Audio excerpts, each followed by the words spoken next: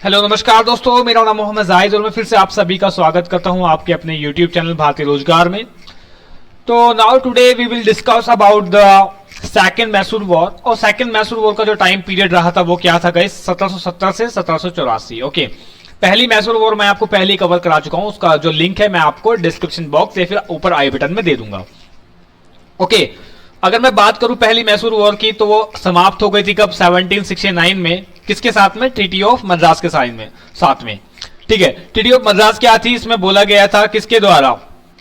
हैदर अली के द्वारा बोला गया था कि देखो जो जो हमने एक दूसरे की ट्रीटी एक्वायर की है, ओके, वो हम वापस करेंगे और एक दूसरे का म्यूचुअल सपोर्ट करेंगे। मतलब कि जब भी कभी हमें फर्दर नीड होगी एक दूसरे की तो हम एक दूसरे का सपोर्ट करेंगे, यहाँ पे सहायता करेंगे, राइट। इसके साथ में फर्स्ट मैसूर वॉर आपकी एंड हो गई थी। फर्स्ट मैसूर वॉर किस किसके बीच में थी? Hyder Ali versus Britishers. Okay, तो चलिए फिर आज का सेशन शुरू करते हैं। Now Maratha attack on Hyder Ali. देखिए क्या होता है कि उस टाइम पे हैदर अली ने किसको, मराठों को 35 लाख रुपए देकर के इनको वापस कर दिया था फर्स्ट वॉर से, ठीक है, और जीत लिया था खुद। किसे? ब्रिटिशों से। नाउ क्या हुआ कि जो मराठे थे वो एक साल के अंदर काफी ज्यादा स्ट्रांग हो गए और 1770 में, सन 1770 में क्या हुआ कि मराठे काफी ज्यादा स्ट्रांग हो गए और इन्होंने with the large army, huge army के साथ में किसके ऊपर? हैदर अली के ऊपर अटैक कर दिया और इसका जो मैसूर वाला रीजन था वो कैप्चर कर लिया गाइस।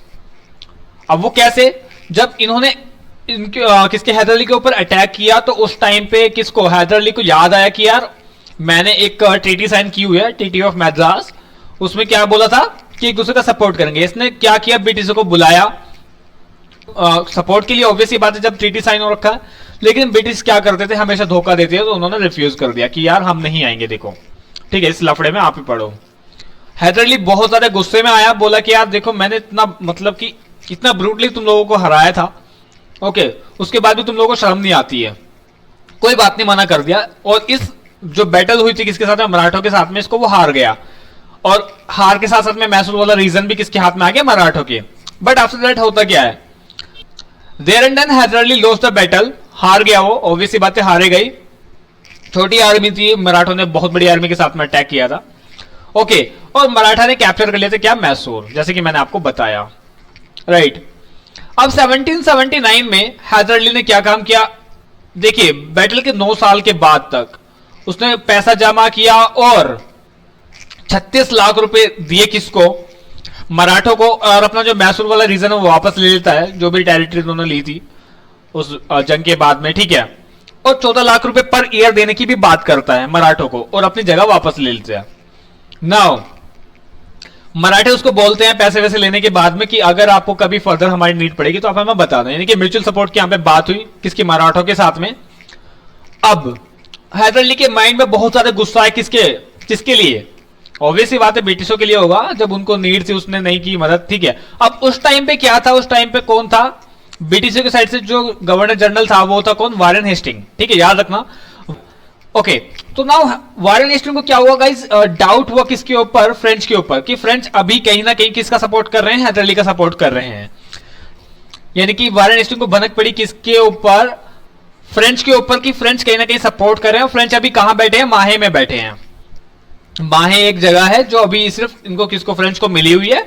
और किसके बाद में एक ट्रीटी साइन हुई थी कि इसके बाद में ना तो आप यहाँ पे आर्मी रखोगे, ना ही कुछ एक्वायर करने की कोशिश करोगे, ठीक है, और ना ही किले विले बनाओगे फालतू के, छोटा मोटा काम है करते रहो।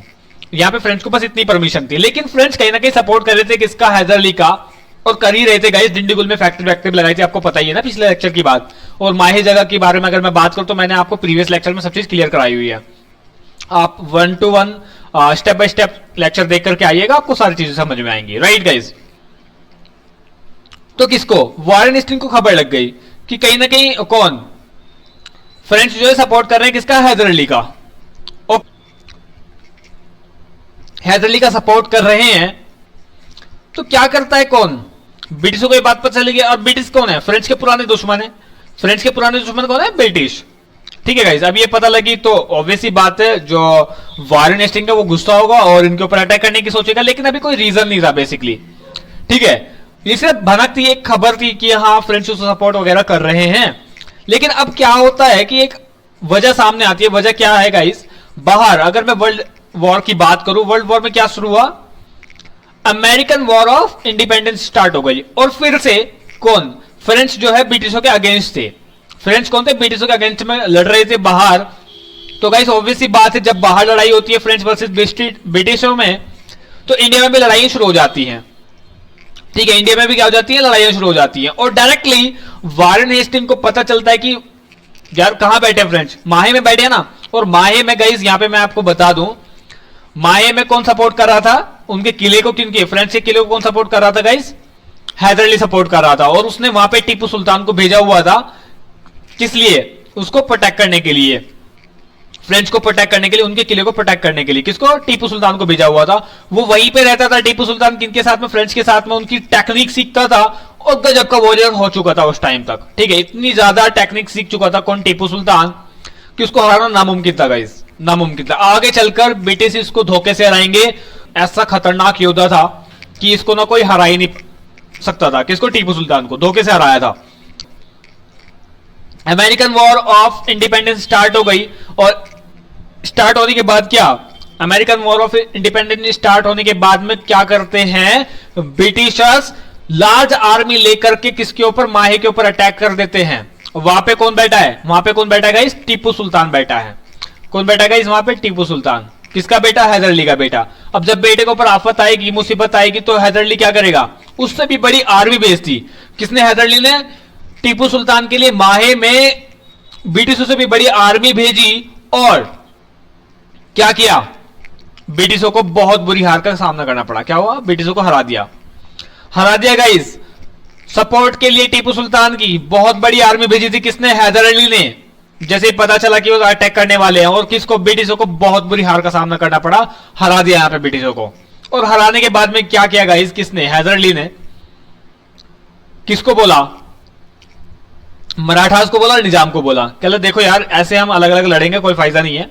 ठीक है, हमें ब्रिटिशों को उखाड़ के फेंकना है, किसी के नहीं है। ठीक है, हम आपस में देख लेंगे जैसा कुछ होगा। अभी के लिए आप इनका यहां पे ना मेरा सपोर्ट करो और इनको यहां से भगाओ। ओके, तो आगे चलकर इन तीनों ने, किसने, हैदर अली, मराठास और निजाम ने, इन तीनों ने मिलकर के बहुत ज्यादा किसके, ब्रिटिशों के नाक में दम कर दिया था। और बैटल, छोटी छोटी बैटल लड़ते थे और जीतते थे उनको। ओके, और जो छोटी छोटी जगहें थी वो एक्वायर करना शुरू कर दिया था। किन्होंने, इन तीनों ने मिलकर के। हेस्टिंग बहुत ज्यादा परेशान हो गया। परेशान होने के बाद में इसने क्या काम किया, इसने क्या काम, बंगाल से आर्मी मंगाई, बंगाल से बहुत बड़ी आर्मी मंगाई इन तीनों को सबक सिखाने के लिए। ओके, और मराठा को बोला, मराठा को बहुत खतरनाक वाली वार्निंग दी थी कि देखो इस लड़ाई से ना दूर रहना, हमें सिर्फ हैदर अली से मतलब है, हैदर अली चाहिए हमें, आप दोनों के दोनों दूर रहो। अब गाइस जो निजाम थे वो तो पहले से इनसे डरता था, वो तो कहीं ना कहीं जब भी मौका मिलता था तो सपोर्ट कर देता था, क्योंकि वो ब्रिटिशों के सपोर्ट में नहीं था, इसको दबाव में आकर के रखा गया था, इसलिए वो किसका सपोर्ट करता था, हैदर अली का सपोर्ट करता था। कभी मराठों के साथ में मिल जाता, तो मतलब ऐसे करके कोई निजाम चलते रहते थे। और मराठों को क्या चाहिए था, मराठों को पैसा वगैरह चाहिए था। तो उस टाइम पे ना वार्निंग मिली, ये दोनों अलग हो गए वॉर से। ओके, और जब ये दोनों अलग हो गए तो कौन, हैदर अली वीक पड़ गया, हैदर अली क्या पड़ गया, वीक पड़ गया। उन सन 1781 में उस जगह पे कौन सी, एक पोर्टोनोवा नाम की जगह है, कौन सी, पोर्टोनोवा, ऐसे लिखना, पोर्टोनोवा नाम की एक जगह है, वहां पे क्या किया, क्या काम किया, हैदर अली को हरा दिया। लेकिन अभी जंग खत्म नहीं, हैदर अली को हरा दिया कब, 1781 में पोर्टोनोवा जगह पे ब्रिटिशों ने किसको, हैदर अली को हरा दिया। ओके, अब आगे चलकर क्या होता है कि 1782 में हैदर अली काफी बीमार पड़ जाता है और अपनी मौत मर जाता है, मतलब कि मर जाता है 1782 में, कौन, हैदर अली मर जाता है। अब इस बैटल को जो किसके, ब्रिटिश वर्सेस हैदर अली चल रही थी, इस बैटल को कंटिन्यू करता है कौन, टीपू सुल्तान कंटिन्यू करता है। अब कंटिन्यू तो करता है, लेकिन इस बैटल का कोई रिजल्ट नहीं होता, क्योंकि ना तो ब्रिटिशर्स यहां पे हारते हैं और ना ही टीपू सुल्तान हारता है। टिपू सुल्तान कहां से हार जाएगा गाइस, इतना खतरनाक था ना ये, नहीं आ सकता ब्रिटिशों के, कभी हाथ नहीं आया ब्रिटिशों के। ओके, तो यहां पे कोई रिजल्ट नहीं आ रहा था किसका, बैटल का।